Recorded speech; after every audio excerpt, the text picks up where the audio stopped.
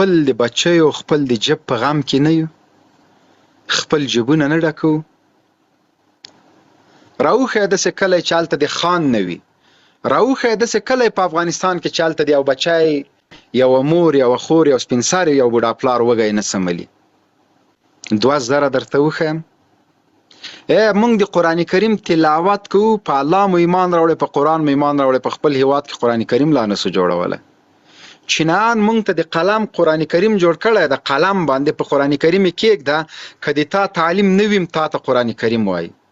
اوس نوي جاینمازونه یې جوړ کړي، په جاینماز باندې ودرېږه، له الف نه تر یا پورې، تر السلام علیکم ورحمت الله وبرکاتو، خالي او ډک رکعتونه، الحمدلله او قل والله، هر صورت درته په مانځه کې په جاینماز کې مایک لګېدلی درته وایي ته د خپل منځ کوه، هېڅ غلطي پکې نه کوې.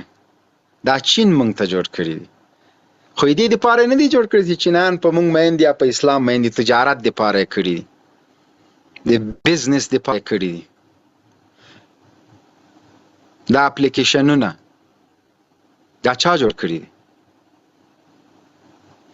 نن چې قرآن او حدیث تر ما پورې په یو ټک باندې له ترجمې سره جوړ کړي دي. چا دین ته اوس خدمت کړی ده؟ سر ګریوان کې کتک.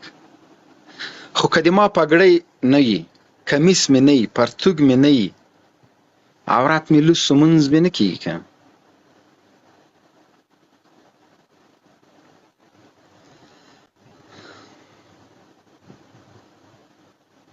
لږ سوچ وکئ، لږ فکر ځان سره وکئ، لږ سر په ګریوان کې کته کئ چې دغه چانس، دغه وخت، دغه موقع چې الله پاک مونږ ته راکړې ده، د دې مونږ شکران ادا کوو که کفران د نعمت کوو؟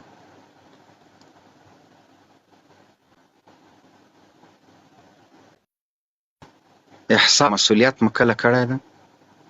دا خو نه شو چې ته وزیر شوې، ته والی شوې، ته ولسوال شوې، هغه چوکۍ د دایم دپاره له تا سره ده.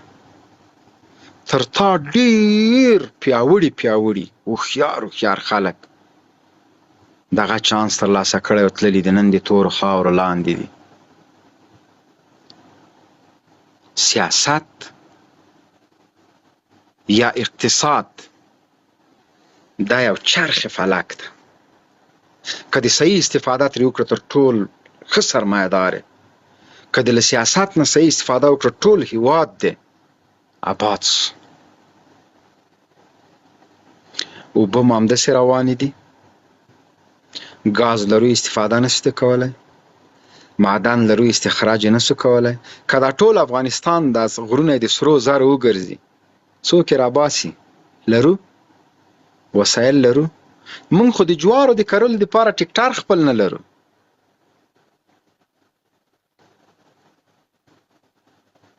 بس دغه بور چې دا کته یې وهو، د مځکې پیش کوو، سوری کوو یې، اوبه راباسو، شمسي تا جوړه کړې او بازک تا جوړ کړی، لاین یې تا جوړ کړی. خو دا خو هم د دغه کفارو علم او ټکنالوژۍ ته وخت ورکړی ده. نن هغه د ما او تا ته استفاده کړو. موږ خو به په ډولچو باندې اوبه ویسته. یادم سي که نه ځوانانو، تاسو ته وایم، موږ خو به چې په یو لرې پرته سیمه کې کاریزو، هلته به م کور وړه، په خره به تللو راتللو. نن ساینس او ټکنالوژۍ څومره کار موږ ته کړی. نن زه دلته تاسو سره ناست یم، له لوګر نه ته مې په امریکا، په اروپا، په غرب او په شرق کې خبرې اورې. نن زه په یو بټن باندې تا د دنیا له هر کونج د ما او تا سره خبرېږو. نن شمسي ده، نن او بازک ده، نن زراعت ده، نن هیواد په هر کونج کې شمسیانې لګېدلي، د لمر نه ما او تا بخ جوړو.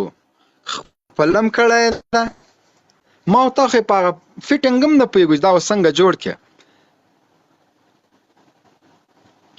مونږ څه کړي دي په خپله د دې هیواد دپاره؟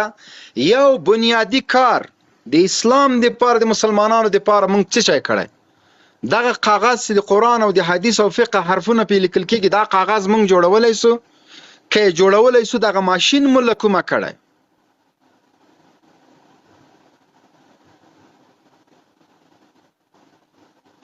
ته نه پوهېږې. ته د مکتب، ته د پوهنتون، ته د مدرسې، ته د جومات، ته د ساینس او ټکنالوژۍ په ارزښت ځکه نه پوهېږې چې ته دې ته مجبوره سوی نه یې، تا ته مفته راځي.